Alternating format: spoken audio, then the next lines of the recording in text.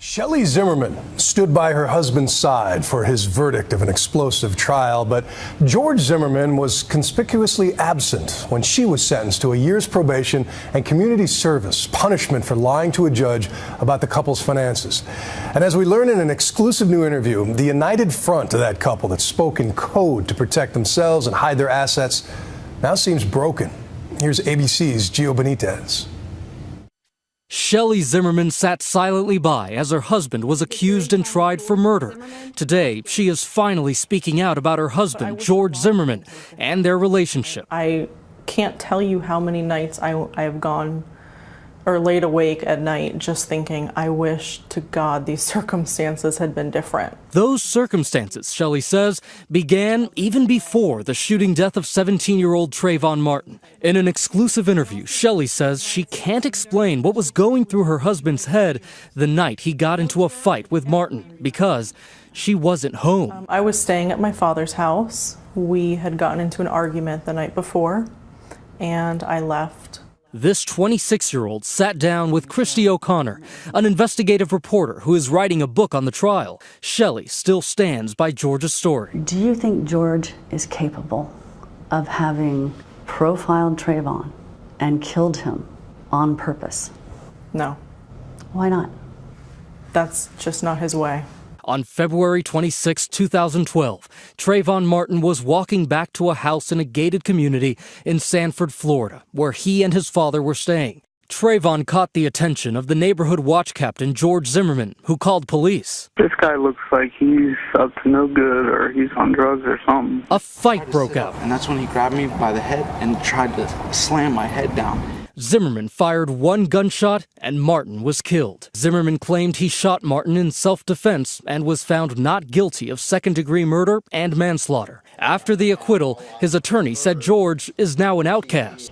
Unfortunately, even though he did nothing wrong but protect his own life that night, the way that things were sort of visited upon him by the way the case was handled initially made him a pariah. But Shellie stood by her husband, even as death threats came. There have been so many, scary ones, like if George gets acquitted, you're going to find him hanging in a tree. The couple was forced to live on the run. We have been pretty much gypsies for the past year and a half. We've lived in a 20-foot trailer in the woods, scared every night that someone was going to find us and that we would be out in the woods alone and that it would be horrific.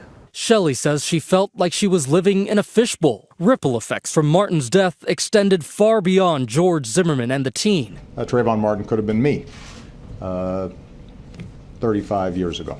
Sparking massive protests across the country. Justice! Now! Justice! And Shellie Zimmerman found herself caught up in those ripples. She admits she lied for George at his bond hearing, hiding how much money they had from a judge. Why did you lie? Fear. Of? Many things. There's the fear of just other people knowing how much money we had come into, and that was a lot of money for us. When George was arrested, internet donations began pouring in. His lawyer said about $200,000 to help pay for his mounting legal expenses.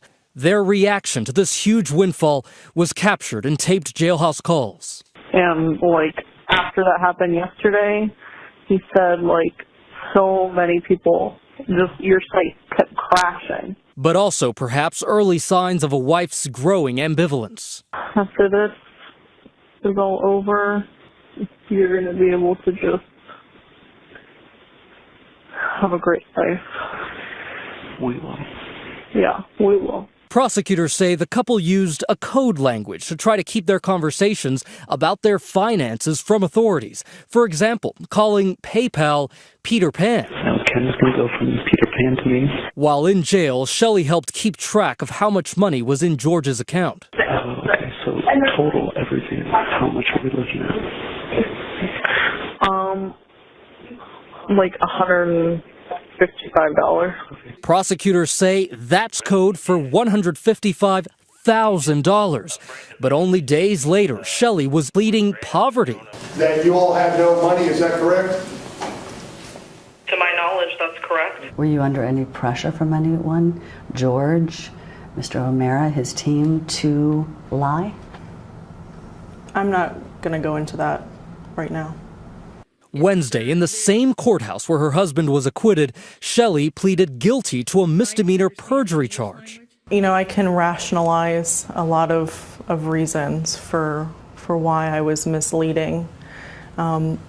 But the truth is that I knew that I was lying. She's been sentenced to 1-year probation and 100 hours of community service. I answered to a higher power, and I could not live with myself if I didn't just completely come clean.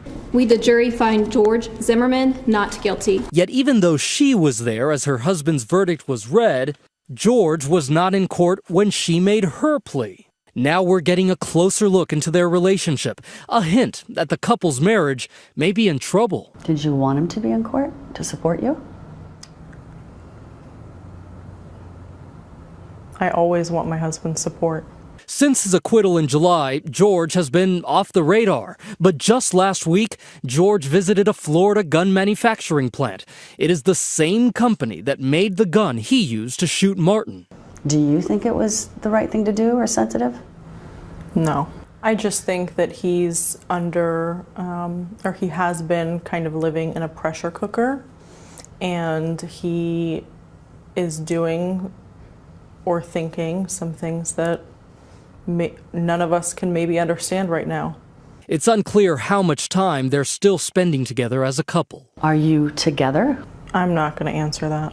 Has this whole experience hurt your relationship?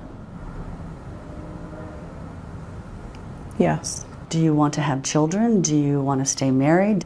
Of course I want to have children and stay married. With George? That's something I'm going to have to think about. Whether it's with George or not, Shellie says she's determined to move forward. I want people to realize that I'm a human being who's full of flaws. Part of that process, she says, delivering a message to Trayvon Martin's parents. If I could speak to them, I would say that I'm so deeply sorry for their loss, and I can't even begin to understand the grief that a parent experiences when they lose a child. For Nightline, I'm Gio Benitez in New York. Thanks to Gio. We reached out to George Zimmerman through his lawyers and his brother. They declined to comment.